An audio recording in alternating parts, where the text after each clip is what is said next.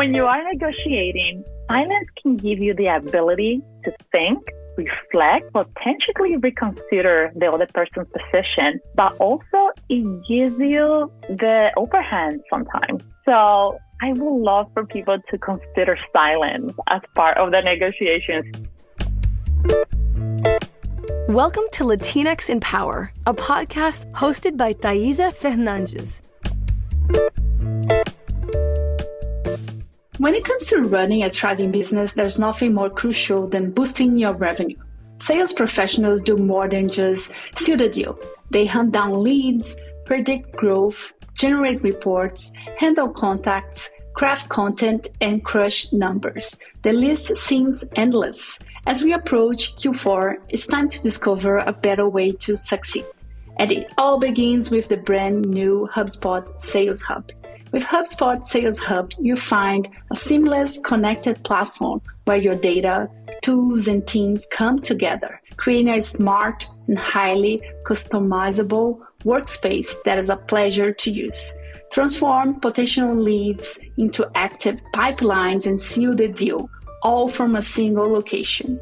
Speaking as a former designer, I can help but appreciate how user-friendly and visually appealing HubSpot is. It is both functional and aesthetically pleasing, which is the perfect combination in my opinion. Moreover, the inclusion of sequences and streamlined workflows empower your sales team to simplify tasks and dedicate more time to what they excel at. Building meaningful connections with customers. With Sales Hub, closing deals become a breeze. Why not experience it for yourself? Visit HubSpot.com/sales to give it a try.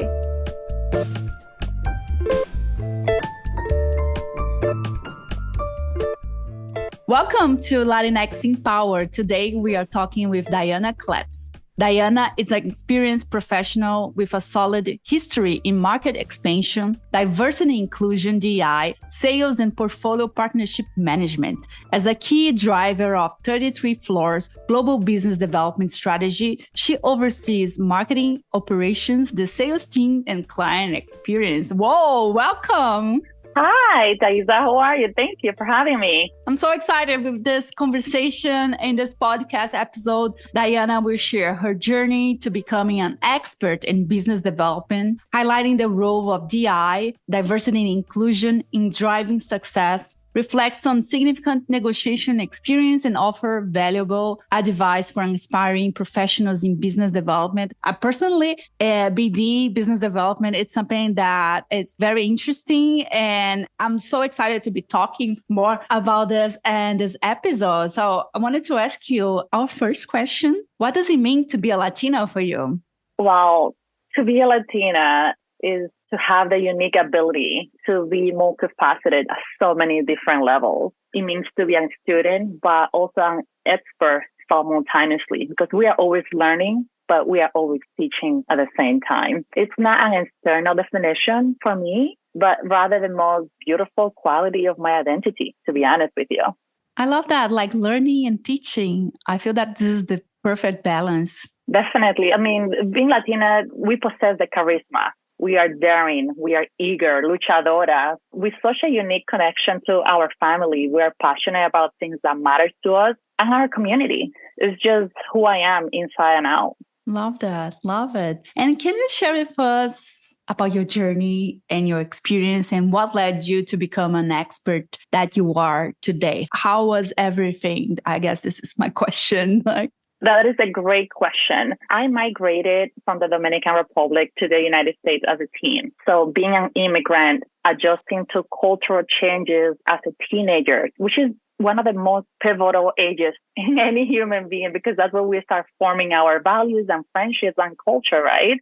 All while learning a second language, working full-time, and going to school full-time, as it was required for me personally, because my family and we didn't have any financial capabilities. So I was required to do both in order to achieve what I needed to do. Helping my parents financially here in the US, but also back home, was crucial. So that's definitely part of my upbringings and my values and who I am today. Aiming to grow within the financial industry was a journey on its own. I had limited resources and allyship. I don't come from a background where I have mentors, neither in my family or professionally. So I have to definitely put my best face forward against adversity to accomplish what I needed. I believe the foundations of the real life experiences that I had to endure, all while applying my communications and psychology background within my education, have helped my career and everyday interactions, personally, with my clients and within the industry. This also assisted me in creating great success and fostering partnerships long term. I think that my natural curiosity led me to invest in my personal growth. I never gave up my education. I'm the first one to graduate college from my entire mother's side of the family, and there are over 35 cousins. But I also opened the doors for my sisters to be the second one to graduate college. So to me, it has never been about being the first at anything, but can I do it and help somebody else that can follow along? So that being said, it's about becoming a better person. My journey has always been about what else can I do to better myself, to be a better citizen, to be better for my community, a better daughter, a better friend, a better wife, a better mother. It's about progress, never perfection, to be honest with you. Like, what else can I do to improve? I tell my kids all the time, it's not about trying, but about doing. What can you do today to better yourself for tomorrow? Yeah, I love that. And it's so inspiring, like opening the doors to your family, to your community, being a mentor for them too, and an inspiration. I love that. And one thing that you made me think a lot, because I moved to the US in my late 20s, I cannot imagine how it is to move to a new country when you are a teenager. How was this for you? Like, what was the most challenging thing? I'm very curious about. Definitely overwhelming. I mean, I didn't move to any city. I moved to New York City, one of the most diverse, chaotic, busy, cutthroat cities of the world, right? Because you have to make it, right? You have to push forward. You are exposed to so much. And I come from a small island, a small village, and I was placed in this location where you have to adapt quickly. The experience was definitely about mindset over eyesight. What can I do to better my family? I have to work. I have to study. I have seen what not having anything looks like.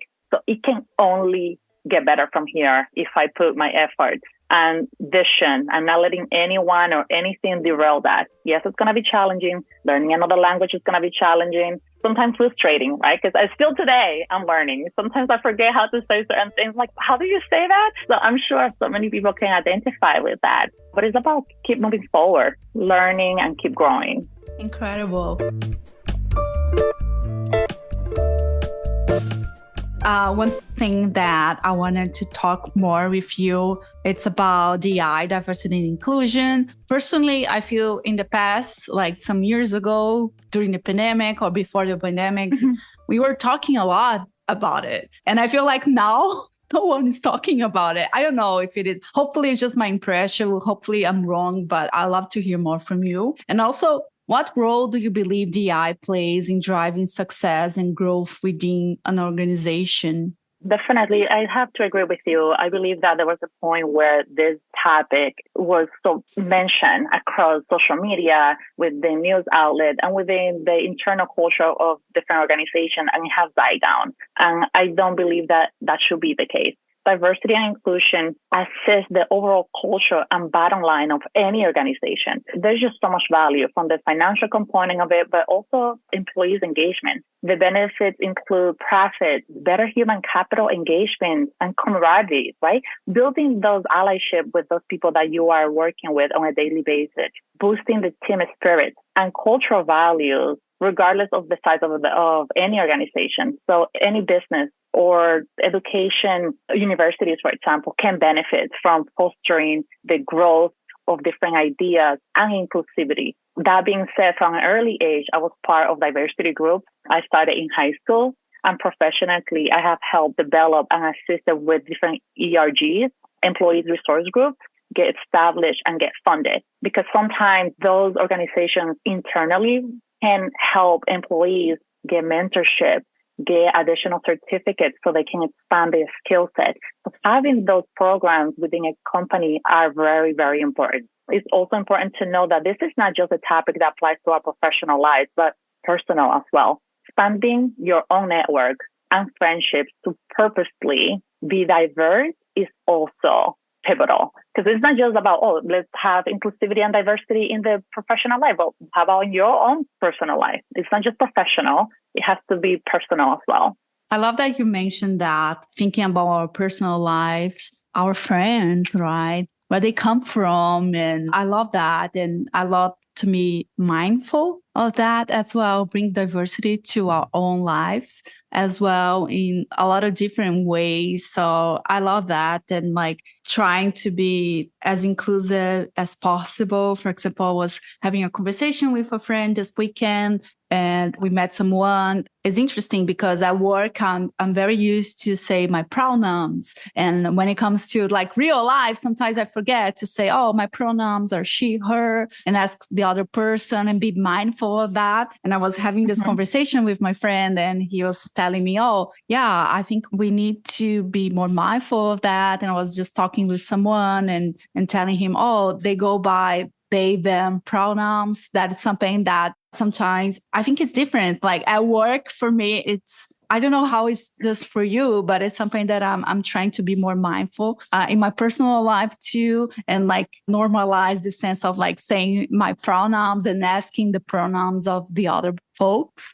No, I agree with you. I think it's just definitely keeping others' values or interest in mind is key. And this is why we're talking about diversity and inclusion, right? Inclusivity. Just because that's top of mind for you, that might not be for them. Just because your pronouns are applicable to you doesn't mean it applies to them. So listening to other perspectives and other ideas and even pronouncing your name, right? It's important. Like all of those different things are part of being diverse, is part of growth, is part of inclusivity. Yeah, absolutely. And I feel like for me, since I live most of my life in English, and sometimes when I'm speaking Portuguese and for Spanish, it's very similar, right? Because I think we're still getting there in terms of like being more inclusive in terms of the language. English is very interesting because we can use the day, and in Portuguese and Spanish, it's just like we don't have an equivalent of day, right? We have day in a feminine matter and a masculine matter that doesn't work. It doesn't work. That's right. There's some words that just don't translate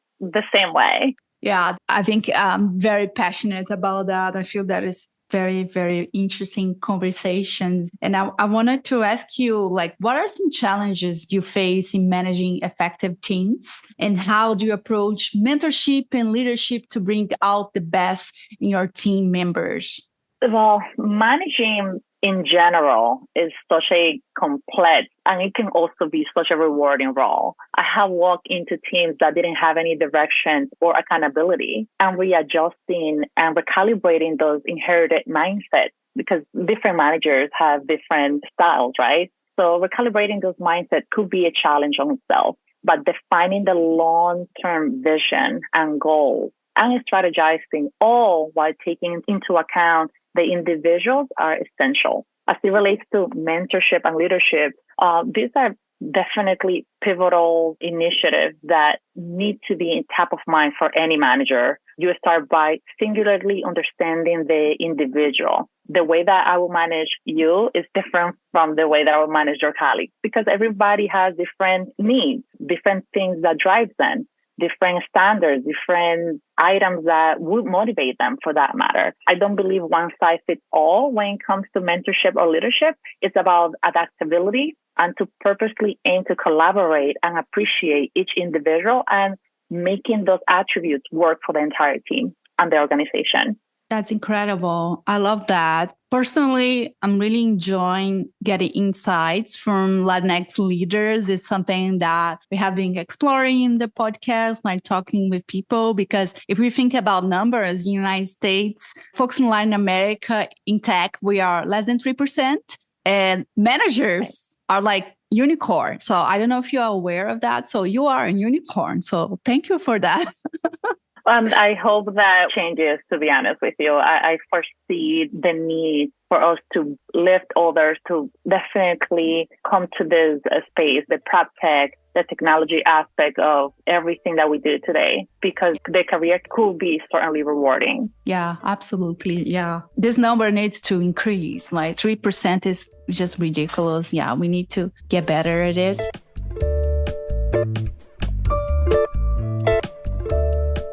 Wanted to share a podcast that I really enjoyed learning more about. The name of the podcast is Content is Profit and is hosted by Luis and Ponzi Camejo and is brought to you by the HubSpot Podcast Network, the audio destination for business professionals. Discover the secrets and strategies on how your business can achieve the frictionless sales. They talk about frameworks, strategies, tactics, and bring special guests to bring you all the information you need in order to turn your content into profit. Very relevant topic. And I personally enjoyed the episode on Are Outside Opinions Sabotaging Your Success? How Feedback Drives Content Success, where Constantine highlights the significance of self-validation, seeking feedback, and maintaining consistency in a content creation, sharing his personal journey from doubt to transformation. That is very inspiring, in my opinion. And listen to Content is Profit whenever you get your podcast.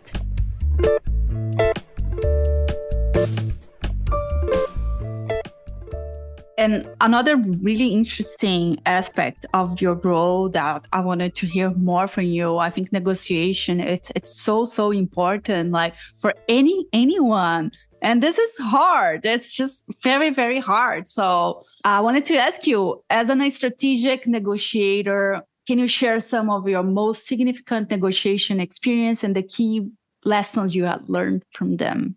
I have to agree with you. Negotiating could be difficult in every aspect of our lives. But that being said, every negotiation has its own significance. Regardless if you are buying a home or a car, from working payment plans with universities, daily interactions in your own relationship, you are negotiating. So you have to keep that in mind because it matters. The places that you go for vacation, for example, sometimes you have to negotiate with your spouse or significant other. Well, how are we going to get to this? What if you don't want to do XYZ this year? Can we do it the next year? So if you take away personally that I can offer while negotiating include perhaps one that not many people use is silence. When you are negotiating, silence can give you the ability to think, reflect, potentially reconsider the other person's position, but also it gives you the upper hand sometimes. So I would love for people to consider silence as part of the negotiation skills. Have you ever had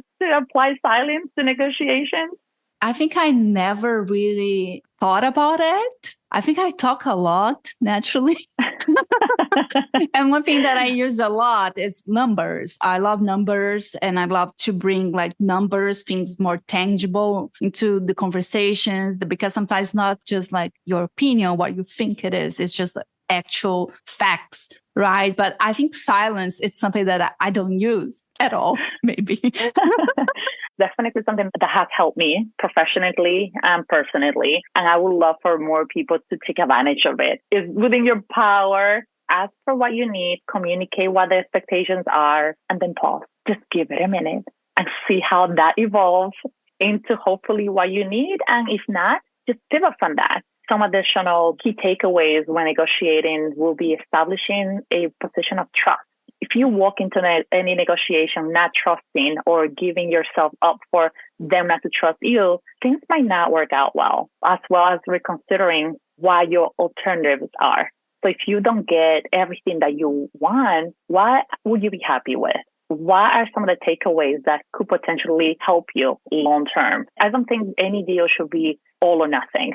You have to give away some things to gain something else. And maybe not getting something at the present time is not so detrimental. Perhaps you can come back to the negotiation table, even if you are negotiating your salary. Okay, I might not get all the money that I want, but can I get another extra week vacation? Can you match my 401k at a different level, right? So just keeping those different items handy could be beneficial. So trust, professionalism, empathy, flexibility, those are all crucial, in my opinion. Incredible. I'm still thinking about silence. For folks who never use silence in their negotiation, which advice would you give? Like, how do you start using silence? Like, count 1 to 10? Like, what is your advice? I believe that once you start the dialogue, presenting what you need. This is, let's say in your career, you are negotiating a partnership with ABC company for whatever reason, like could be for marketing, potential growth. Tell them, I believe that this is what I bring to the table, and I believe that this is what I deserve. Can you tell me if you can match it? Do nothing else. That's it.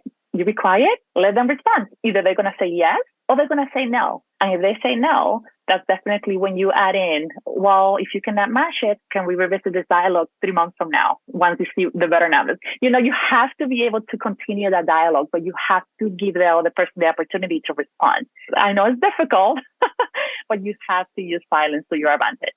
I love that. I will be thinking about that for a long, long time. Thank you for that. I love this. And what advice would you give to aspiring professionals looking to build a successful career in business development? What they should keep in mind? And I think we talked a little bit about the skills, but like, what advice would you give someone like who wants to transition to BD?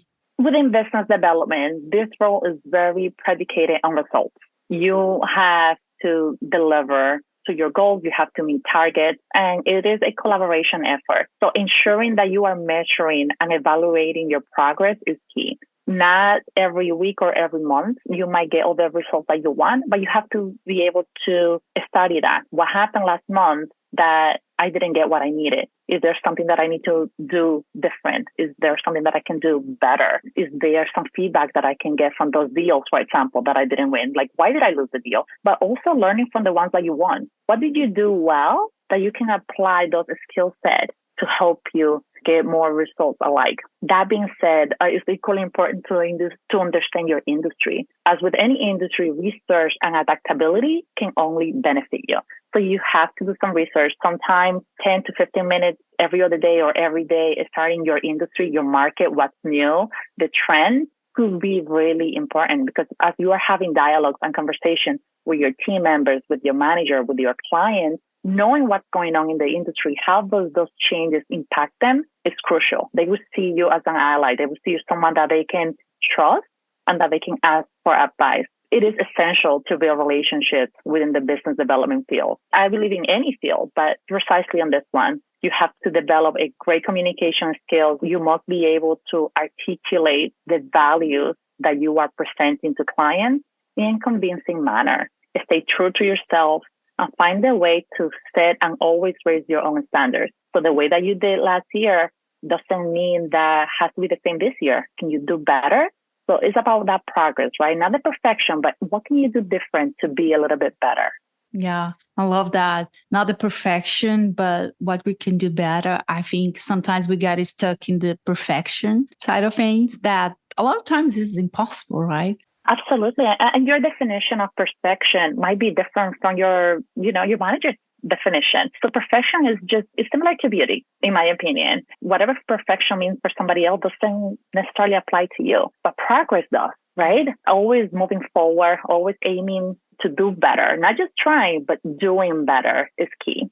Incredible. Another question that I really enjoy asking my guests, it's about the resources. I truly believe that resources are a game changer. And sometimes it's really hard to know like what I should dedicating my time, because I feel now it's awesome because we have access to a lot of different things and sometimes can be very overwhelming. For example, folks want to transition to business development. If you look some websites or like, I don't know, blogs or different things, people are going to say a lot of different things. And sometimes it feels super overwhelming. So I really enjoy this question because of that. So I wanted to ask you, which resource helped you in your journey? I do believe there are resources overload out there. You have hundreds of anything from podcasts to Google searches to books to choose from to certificates that you perhaps could enroll and aim to achieve. There's a lot, but I do think that understanding first before identifying the resources, what is it that you want? What is it that you need? for yourself, right? And then go for that. Personally, something that I love is Pep Talk. It's an app and I listen to it every day, and you have different topics. For example, if you want to work out, they're motivational. Like there are days that I don't want to work out. I'd rather stay in bed or just watch TV. And like 5 minutes pep talk as to get up today, rest tomorrow. Just do it today. You can do it. Professionally, sometimes you might not get that deal that you wanted, and that mindset that the pep talk can help you. Even if you don't have a coach, for example, you don't have somebody that you can resort to, that app has really helped me sometimes lift your morale. You can do it. You know what? No doesn't mean no. It just means next opportunity, right? So those little reminders could really be beneficial. And there's a quote that I love, and it goes like this: don't let anyone ever make you feel like you don't deserve what you want. Go for it. So one more time. Don't let anyone ever make you feel like you don't deserve what you want. Just go for it. And believe it or not, this is from a movie. And it's just so true. Go for it. What is the worst? You already know what no looks like. You don't have whatever that is. What could be the benefit of you going for what you want? You know, you might get it. So just go for it. I love that. I really love that. And in this podcast, we love to talk about Brené Brown. And I love when she talks about the sense of the arena. And a lot of times you are in the arena and folks who are like sharing their feedback are not there. It's very easy, right? When you're not doing the work, telling people, oh, you should be doing X, Y, and Z. Why would you not consider, you know? And a lot of times it's just like they might have a point, but at the same time, you are in the arena, like doing all the work, and maybe their opinion doesn't matter, right? And this sense of like perfection too, I think it applies to that. It's like a lot of times we don't need perfection, and perfection can mean different things for different people. So I like the combination of those two quotes and like mindsets. I agree in that regard. Sometimes you're going to get a lot of opinions, and that's okay. And that's what they are. They are opinions. Take what is applicable to you in your personal life or your professional life, and then let the rest go. But it's okay. This is what inclusivity teaches us, and diversity. Everybody's going to have a different opinion about the same topic. Utilize for yourself what works and just block out the rest of the noise. Yeah, they're just noise. Yes. Incredible. Really enjoying our conversation. Unfortunately, we are getting to the end. So, Diana, I wanted to leave the last minutes for you to share anything you want to share, and also where people can find you. Oh, thank you. It's been a pleasure getting to know you more. And thank you so much for having me on your podcast. I'm a true fan, and I hope that everyone gets to tune in and listen to this dialogue. I'm on LinkedIn under Diana Kleps, Diana Kleps, Kleps. So feel free to connect. We'd love to, let's start relationships and just help the network, provide any advice that I can on that regard. Incredible. Thank you. That's it for today, everyone. Thank you so much for your time. I would love to hear your thoughts about the podcast and the episodes. Please message us with any insight, any feedback you might have, and also guest suggestions. Message us in your favorite social media platform. We are in all social platforms. And if you want to write us in a review, we will love that. Feel free to write us in a review on Apple Podcasts, Audible, Amazon, or any other streaming that you like. Thank you.